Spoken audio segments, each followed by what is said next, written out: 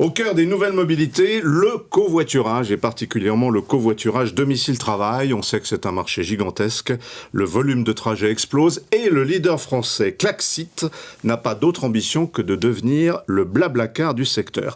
Bonjour Julien Honard. Bonjour. Vous êtes fondateur de Klaxit, ex-WazeUp, lancé en 2012. Pourquoi est-ce que vous avez changé de nom ? On voulait marquer en fait une grande étape de notre développement, puisque pendant 5 ans, on a beaucoup cherché notre modèle, à la fois en termes de produits, en termes de modèle économique, et aujourd'hui, on est vraiment arrivé à la bonne formule. Une application spécialisée sur le domicile-travail, une approche par les entreprises qui assure la confiance et massifie les flux, et la subvention des trajets par la collectivité qui permet de massifier l'usage. Et Klaxit, ça signifie ? Klaxit, c'est le petit klaxon orange, la mascotte de nos covoiturages. Alors vous êtes au cœur d'une alliance inédite dans le secteur de la mobilité. Vous venez de lever 3 millions d'euros et de réunir à votre capital 3 grandes entreprises qui misent sur le covoiturage, le court voiturage, courte distance. Elles vont nous expliquer pourquoi.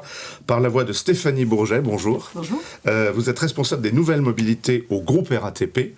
Géraldine Delplanque est avec nous également. Bonjour. Bonjour. Vous êtes directrice marketing mobilité chez Sodexo. Sodexo qui est le leader mondial des services de qualité de vie. Avec nous également Thomas Olivier. Bonjour. Bonjour. Responsable économie collaborative à la Maïf. La Maïf, c'est le 6e assureur automobile en France. Alors, on va ouvrir la discussion avec vous, Julien Honard, parce qu'il faut rappeler d'un mot votre histoire. Un parcours exceptionnel en 6 ans. Comment est né l'ancien WazeUp, aujourd'hui Klaxit, je le répète, qui a été donc l'un des pionniers de ce marché sur le covoiturage. Oui, alors WazeUp, enfin le nouveau Klaxit, à la base était un projet étudiant. On s'est lancé sur le domicile-travail à une époque où Blablacar s'appelait encore covoiturage.fr et puis commence à émerger sur la longue distance. Et on s'est tout de suite dit qu'il fallait vraiment une application spécifique aux contraintes du domicile-travail parce que quand vous allez au travail, vous n'êtes absolument pas prêt à faire de détour en tant que conducteur. Les passagers veulent être pris en porte-à-porte. Vous avez des problématiques d'horaire, des horaires qui peuvent changer notamment dans la fin d'après-midi. Et puis le partage de frais est aussi très différent. C'est des petites sommes à s'échanger de manière très régulière. Donc on a fait une application dédiée qui répond à ces contraintes-là. Dès 2012. Dès 2012, ouais, tout à fait. On a vraiment commencé par ça. Et dès 2012 aussi, alors on s'était beaucoup documenté sur le sujet, notamment dans les études de l'ADEME, qui montraient qu'on arrivait à massifier les flux quand on s'adressait à des générateurs de flux, à savoir les entreprises. Qui sont là avec nous aujourd'hui. Votre regard à l'époque, est-ce que vous vous en souvenez, Stéphanie Bourget? Je ne sais pas si vous étiez au groupe RATP à l'époque, si, mais en 2012, déjà au groupe RATP comment en 2012. vous regardiez cette initiative, cette petite start-up qui n'était pas grand-chose à l'époque? Avec intérêt, je pense que le regard du groupe RATP a assez évolué ces dernières années sur ces nouvelles mobilités, mais déjà avec intérêt, un peu d'étonnement aussi, et avec de plus en plus de confiance les années passant. Géraldine Delplanque, chez Sodexo. Chez Sodexo, on faisait d'abord de la restauration collective. Alors c'est vrai, le groupe même en 2012. En fait, bien avant 2012. Bien avant 2012. C'est vrai que le groupe est principalement connu pour la restauration collective, mais vous l'avez dit, nous sommes le leader mondial des services de qualité de vie. Ça veut dire des services comme l'accueil en entreprise, comme tout ce qui est le facility management, mais aussi des choses qui ont trait, par exemple, à la conciergerie d'entreprise ou tout ce qui est les avantages aux salariés, le pass restaurant, le pass cadeau. Et quand on s'intéresse à cette question de la qualité de vie, on se rend bien compte que pour un employé, la question de la qualité de vie ne va pas commencer quand il va passer la porte de son entreprise, mais bien avant, dès qu'il sort de chez lui. Donc, cette mobilité du quotidien va être son premier point de contact avec sa journée de travail. Oui, de bonne humeur ou de mauvaise humeur.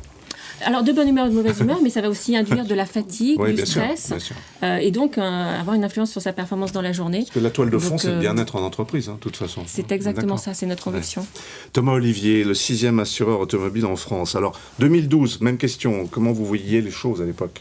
Alors nous, on voyait les choses un peu comme aujourd'hui. On a eu la chance de démarrer très très tôt dans ces nouvelles pratiques de mobilité, puisqu'on était d'ailleurs partenaire de covoiturage.fr dès 2007. Jusqu'en 2014-2015. Vous êtes un historique. On est un historique, exactement, et on soutient toutes ces formes de mobilité collaborative depuis très très tôt. Je rappelle que dans nos contrats d'assurance auto, le prêt de volant, par exemple, qui facilite largement le covoiturage, est quelque chose d'intégré et d'inclus depuis toujours. En 2012, pour répondre à notre question, on était en train de créer un projet d'agrégation de services collaboratifs financé par les investissements d'avenir de l'ADEME empruntant le covoiturage courte distance. Donc on était en plein dans le sujet également. Oui, c'est allé très très vite. 6 ans plus tard, vous jouez dans la cour des grands, c'est le moins qu'on puisse dire, Julien Honard. Comment vous regardent les collectivités locales là aujourd'hui ?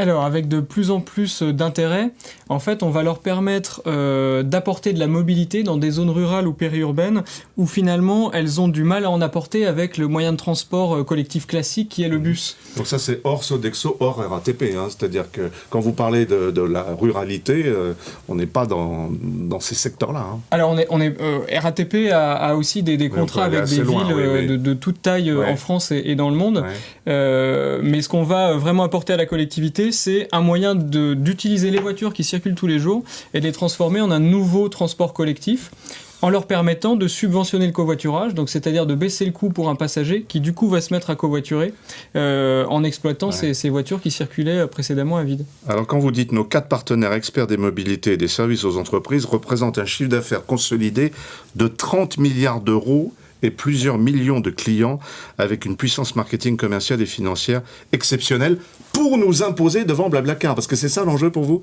L'enjeu, effectivement, c'est de passer sur une échelle supérieure. Aujourd'hui, le marché du domicile-travail en France, en termes de volume de trajet, est plus gros que le marché mondial de Blablacar sur la longue distance. Rien qu'en France. Bien sûr, puisqu'on prend sa voiture principalement pour aller au travail et beaucoup moins pour aller en week-end. Donc notre ambition, c'est bien celle-là, d'abord de se développer en France, puis à l'international, sur la courte distance.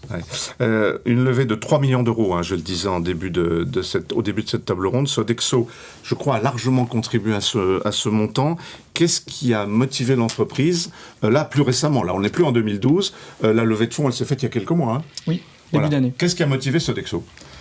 Alors, je crois d'abord que ce qui a motivé, la première chose, c'est qu'on s'est rencontrés sur une vision commune avec l'Axid sur la mobilité du futur, qui sera multimodale, qui sera partagée, qui donnera une opportunité à toutes les alternatives.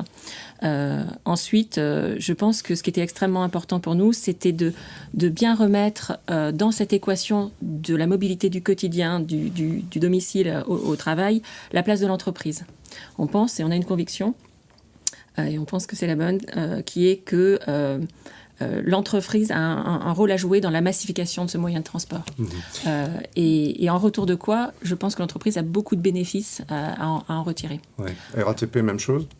Oui, alors RATP, Julien, on a dit un mot tout à l'heure. Nous, on est là pour concevoir des systèmes de mobilité pour des aires urbaines. Et dans les aires urbaines, alors, la densité n'est pas la même. Qu'est-ce que la RATP? Parce que pour la plupart des gens, la RATP, c'est le bus et le métro. Alors, pas seulement, c'est le RER également, déjà. Mais c'est surtout la conception de systèmes de mobilité globale qui permettent à une aire urbaine de bien desservir ses citoyens. Une fois qu'on a dit ça, on se rend bien compte que dans une aire urbaine, on a des densités de population extrêmement différentes et donc des solutions de mobilité qui vont être apportées, qui ne peuvent pas être la même partout. Ce qui était jusque-là, sans doute, un petit peu le défaut du transport public. Donc avec des solutions telles que Klaxit, on va justement adapter l'offre de services apportée au territoire en fonction de ses besoins et de sa densité, davantage qu'avec le bus, qui ne permet pas de desservir très finement et pas toujours très intelligemment, on va dire, des aires urbaines faiblement peuplées. Le plus fin et le plus ciblé, c'est le covoiturage. Oui, puisqu'en fait, dès que vous avez un besoin en mobilité, en fait, vous avez des routes et des voitures qui circulent. L'infrastructure est déjà là, la voiture est déjà achetée et elle a quelqu'un qui la conduit. Oui, alors les autophobes ne vous saluent pas parce que vous ne faites pas disparaître la voiture. Alors, vous en réduisez peut-être la masse? Oui, bien sûr, on en réduit la masse. En fait, le covoiturage permet de réduire l'utilisation de l'automobile et on se rejoint bien sur la vision, par exemple, avec RATP, du fait que toutes les mobilités partagées, bus, métro, covoiturage compris, notre ennemi, c'est le réflexe de la voiture individuelle. Et c'est en proposant à un utilisateur l'ensemble des modes qu'il va pouvoir choisir en fonction de son besoin sur le moment qu'on va faire que les gens vont vraiment arrêter de prendre la voiture. Stéphanie Bourget, je crois que vous transportez 12 millions, pas vous, le groupe RATP, 12 millions de voyageurs chaque jour en Ile-de-France. Est-ce que vous avez fait des enquêtes? Est-ce que vous savez ce qu'ils demandent, ces 12 millions de voyageurs? En termes de mobilité. On fait beaucoup d'enquêtes. Ils demandent de la flexibilité, des trajets porte-à-porte et du confort. Du confort, ça veut dire d'avoir la solution de mobilité la plus adaptée aux déplacements qu'ils font. Et donc, parfois, c'est un trajet en métro, parfois, c'est un trajet en bus, mais ça peut être d'autres formes de mobilité également.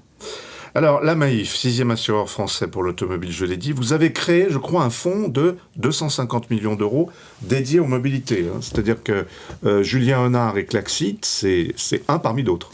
C'est un fonds qui est dédié à l'économie collaborative, Oui. aux nouveaux usages, Oui. à l'innovation et au digital, pas exclusivement à la mobilité. Oui. Et effectivement, l'investissement que nous avons fait dans Klaxit vient compléter une série d'investissements qu'on a fait dans des startups affinitaires, c'est-à-dire avec lesquelles en fait on a une vision partagée des enjeux à court, moyen, long terme dans ce qui nous concerne. Même question, qu'est-ce que demandent vos sociétaires? Vous les interrogez en termes de mobilité? Oui, tout à fait, on les interroge souvent. Dans le projet dont je parlais, on a mis en place ce qu'on appelle une démarche de design thinking, donc on a suivi des sociétaires et des utilisateurs en étant chez eux à 7h le matin et en les quittant le soir pour savoir à quel moment de la journée ils prenaient leur vélo, leur skateboard, leur voiture, pourquoi ils étaient à pied, ce qui les gênait pas.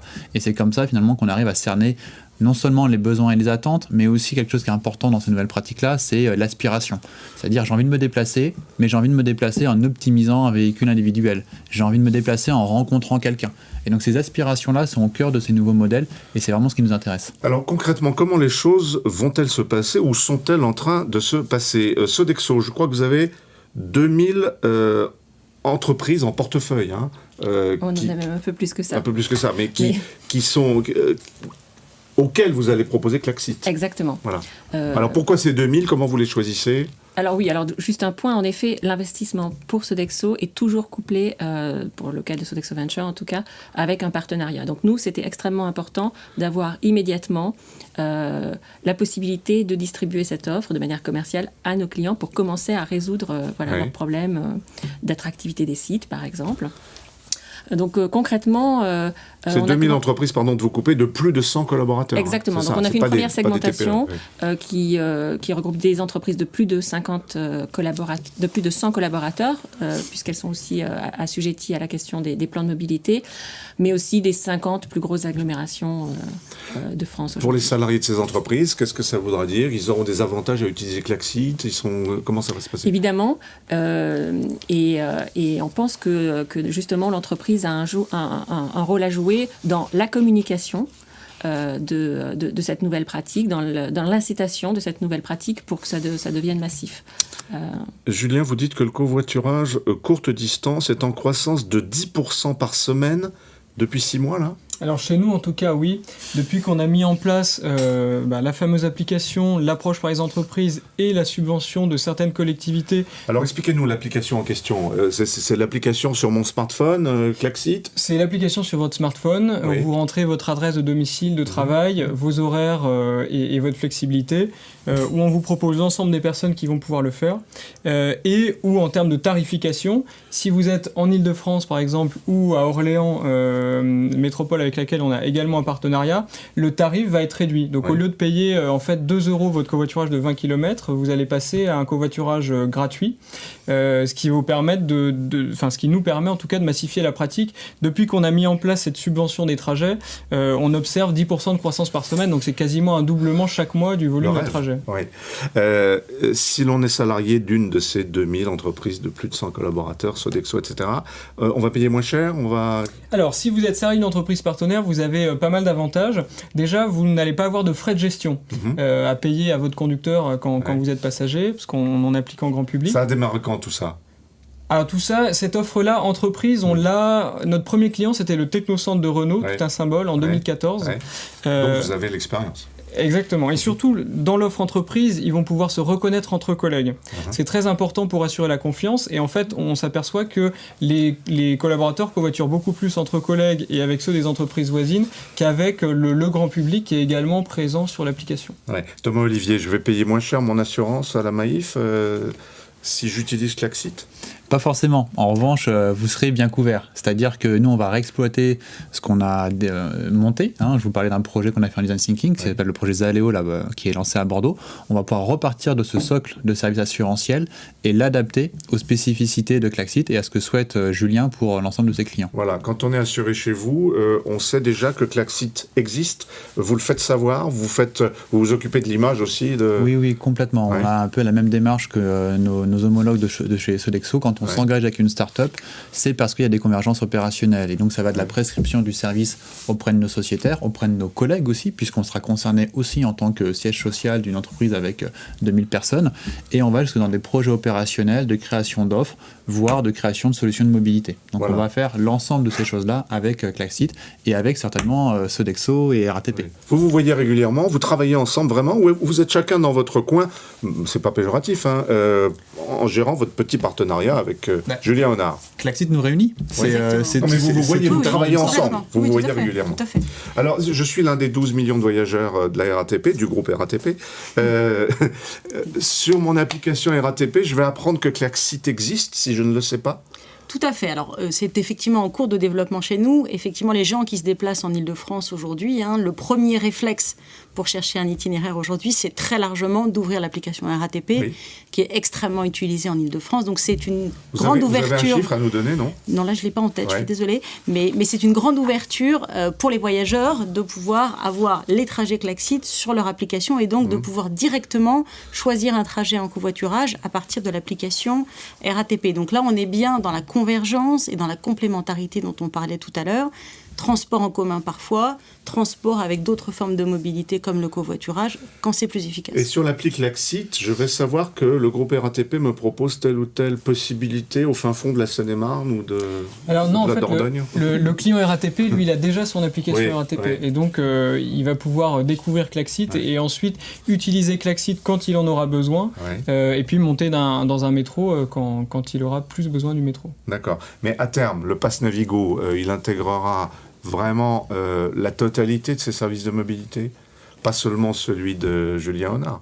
Alors, le Pass Navigo est un objet qui appartient à Île-de-France Mobilité, donc c'est Île-de-France Mobilité qui va disposer effectivement des offres.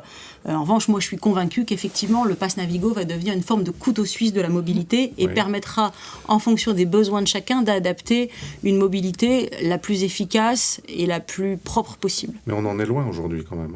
On progresse. Qu'est-ce qu'on fait avec un Pass Navigo aujourd'hui ? Excusez-moi, je ne prends pas le transport en commun, mais qu'est-ce qu'on fait avec un Pass Navigo ? Alors, d'abord, on prend le transport en commun, je suis d'accord. On peut également prendre un Vélib, on peut également prendre une Autolib. Demain, sans doute, du covoiturage. Voilà, on progresse.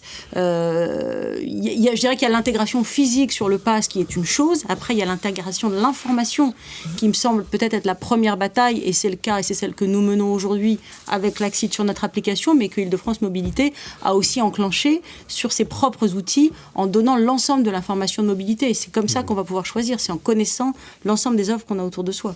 Pour conclure, Julien, il faut rappeler que ces 3 millions d'euros de financement qui viennent d'arriver, ils vont vous permettre aussi de multiplier vos efforts commerciaux, parce qu'il faut se faire connaître, et c'est un sacré travail, non ? Exactement. L'objectif, c'est dans 2 ans de pouvoir aller au travail avec Klaxit dans les 50 plus grandes villes de France, de plus de 200 000 habitants. Aujourd'hui, vous êtes présent dans combien d'agglomérations ? On est présent dans une dizaine d'agglomérations, y compris des zones plus rurales, par exemple la vallée de l'Arve en Haute-Savoie. Et donc, on est en train de recruter une dizaine de nouveaux collaborateurs pour monter notre équipe à une trentaine de personnes et déployer le service sur toute la France. Parmi vos entreprises clientes, un quart des sociétés du CAC 40 ? Oui. Ça fait... Ça, sur une carte de visite, c'est top. J'espère bientôt la moitié.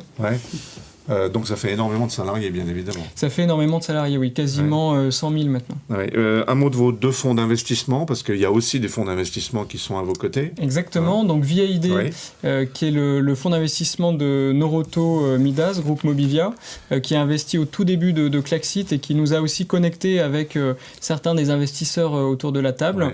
Et puis le fonds d'investissement Inco, qui lui investit spécifiquement dans les startups à impact social et environnemental. Donc l'environnement et la réduction du nombre de voitures sur les routes, ça nous concerne aussi. Et là, c'est pareil, vous parlez avec ces fonds d'investissement ou chacun est dans son coin, Oui. Non, on se parle régulièrement, très régulièrement. Bien. Un dernier mot, Île-de-France Mobilité, quel est leur... c'est une entité un peu abstraite avant, ça s'appelait d'un nom épouvantable, STIF, le syndicat des transports de l'Île-de-France, etc. La paternité de ce vocabulaire. Oui, voilà. Mais comment est-ce qu'ils vous regardent ? Comment ils travaillent avec vous Alors, il travaille très directement avec Julien, je pense qu'il pourra en dire un mot, mais on sent vraiment qu'il y a une volonté de la région d'intégrer fortement ces nouveaux services de mobilité, même de l'État. On a eu les assises de la mobilité ces derniers mois qui nous ont permis de beaucoup échanger entre opérateurs, je dirais, plus traditionnels et nouveaux acteurs. Je pense que l'objectif, c'est bien de trouver ensemble des solutions globales pour les voyageurs de l'Île-de-France et d'ailleurs. Le mot de la fin, où sont les freins? Parce que là, on est dans l'optimisme et on est tous d'accord pour dire qu'il faut que les choses bougent. Où sont les freins aujourd'hui pour le développement de votre application, mais de celle de vos concurrents aussi, hein? Où sont les freins pour le développement des nouvelles mobilités? Aujourd'hui, il y a encore certains freins législatifs. Oui. Notamment, une entreprise ne peut pas rembourser du covoiturage comme elle rembourse du transport en commun ou du vélo en étant exonérée de charges. Le vélo, on rembourse pas les kilomètres du vélo, hein?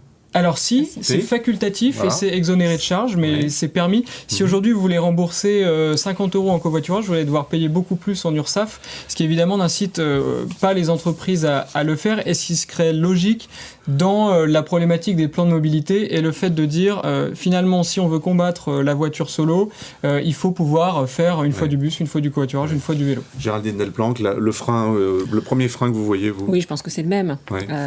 Fiscalité. Oui, il y a ce frein-là. Pour autant, tous les autres indicateurs sont plutôt verts, donc on est plutôt optimiste parce que notamment les comportements ont commencé à changer, donc je pense que nous allons pouvoir accompagner ça de manière importante. Thomas Olivier, les freins? Pareil, vous me demandiez quelle était notre vision en 2012 et je vous disais que c'était la même qu'aujourd'hui, mais en fait c'est le cas, c'est-à-dire que je pense que l'écosystème global, à la fois l'ensemble des partenaires, les utilisateurs et aussi les politiques, sont aujourd'hui beaucoup plus mûrs et savent en fait faire de ce type de pratiques des vrais leviers pour résorber différentes frustrations sur la mobilité de tous les jours. Donc modulo ce que disait Julien sur l'aspect législatif, pour moi l'écosystème est prêt et ça y est, on y est. La mobilité va changer grâce à des startups comme Klaxit. Stéphanie Bourget? Je partage cet avis, je rajouterais sans doute juste un point, c'est qu'il faut faire changer les comportements. Et faire changer les comportements, c'est toujours long. Ça, on le sait, hein, voilà, les habitudes sont longues à perdre. Il y a des gens qui ne veulent pas du covoiturage, il y a des gens qui ne veulent pas monter dans la voiture de quelqu'un. Ou alors ça, je pense qu'ils sont très peu nombreux, mais globalement, il faut perdre ce réflexe pour certains d'entre nous de dire chaque matin, je démarre ma propre voiture et je pars seul. Ça prend un peu de temps, les comportements changent. S'ils sont accompagnés par des lois qui encadrent bien ces choses-là et par des tiers de confiance qui sont extrêmement forts, je pense qu'on a trouvé la solution à l'équation. Merci à vous tous d'avoir participé à cette table ronde. Bravo Julien. À bientôt sur Mobility TV.